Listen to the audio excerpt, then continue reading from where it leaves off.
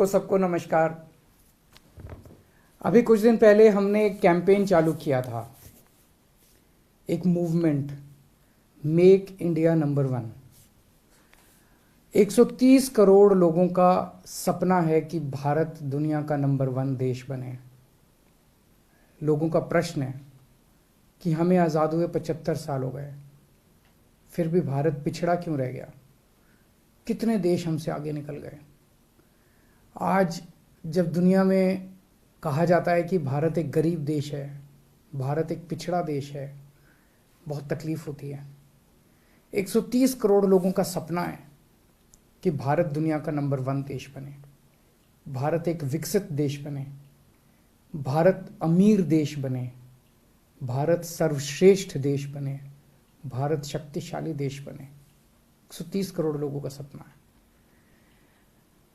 75 साल में इनके भरोसे आज भारत, इन्हीं लोगों की वजह से, इन्हीं पार्टियों, इन्हीं नेताओं की वजह से भारत पिछड़ा रह गया। और अगर इनके भरोसे छोड़ दिया तो अगले 75 साल और भारत पिछड़ा ही रह जाएगा।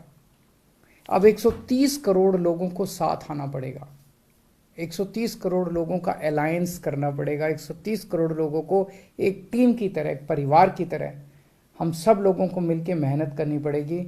और अगर 130 करोड़ लोग मिल जाएं तो भारत को दुनिया का नंबर वन देश बनाने से कोई नहीं रोक सकता। यही हासिल करने के लिए मैंने ऐलान किया था कि मैं पूरे देश की यात्रा करूंगा। मैं हर राज्य में जाऊंगा, लोगों से मिलूंगा और लोगों को इस मूवमेंट से, इस आंदोलन से, इस कैंपेन से जोड़ने की कोशिश करूंगा। कल मैं इसकी शुरुआत कर रहा हूं।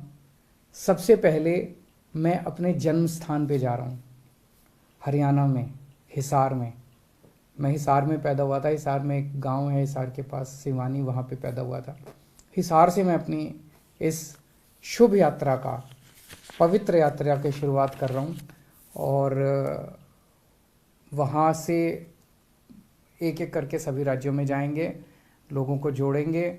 जो जो लोग इस आंदोलन से जुड़ना चाहते हैं, make India number one campaign से, हमारे को इस नंबर पे मिस कॉल करके आप जुड़ सकते हैं। 95100100 95100100 इस नंबर पे मिस कॉल करें और आप हमारे साथ जुड़ जाएंगे। मैंने अक्सर कई बार बोला है कि भारत को दुनिया का नंबर वन देश बनाने के लिए बहुत सारे काम करने हैं, लेकिन एक चीज कहते हैं ना, necessary but not sufficient condition.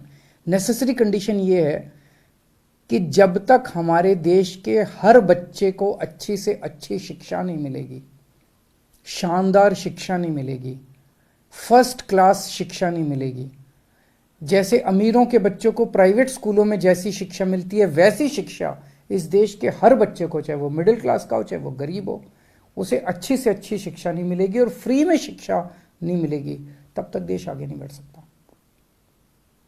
1947 में हमारा देश आज़ाद हुआ।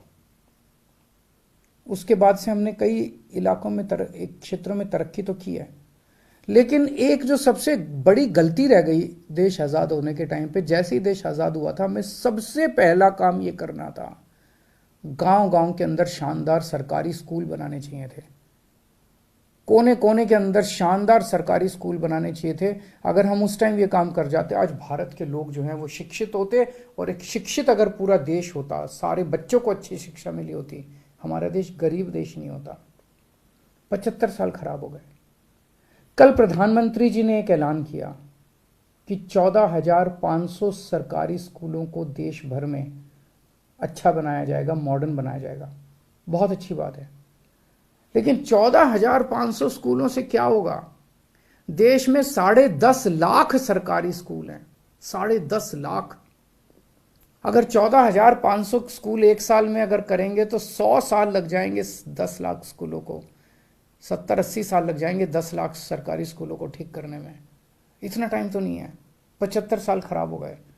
अब हमें, मेरी अपील है प्रधानमंत्री जी से, मेरी अपील है केंद्र सरकार से कि सभी राज्य सरकारों के साथ मिलके प्लान बनाया जाए, 10.5 लाख के 10.5 लाख स्कूलों को एक साथ मॉडर्न और बेस्ट क्वालिटी का बनाया जाए, एक साथ बनाया जाए, और कोशिश ये की जाए कि 5 साल के अंदर हम ये हासिल कर सकें। जब तक हमारा देश के बच्चों को अच्छी शिक्षा नहीं मिलेगी तब तक देश आगे नहीं बढ़ सकता। आप दुनिया का कोई भी डेवलप्ड कंट्री उठा के देख लीजिए, कोई भी विकसित देश उठा के देख लीजिए, जापान है, फ्रांस है, यूरोप का कोई भी देश है, इंग्लैंड है, अमेरिका है, कनाडा है, कोई भी उठा के देख लो।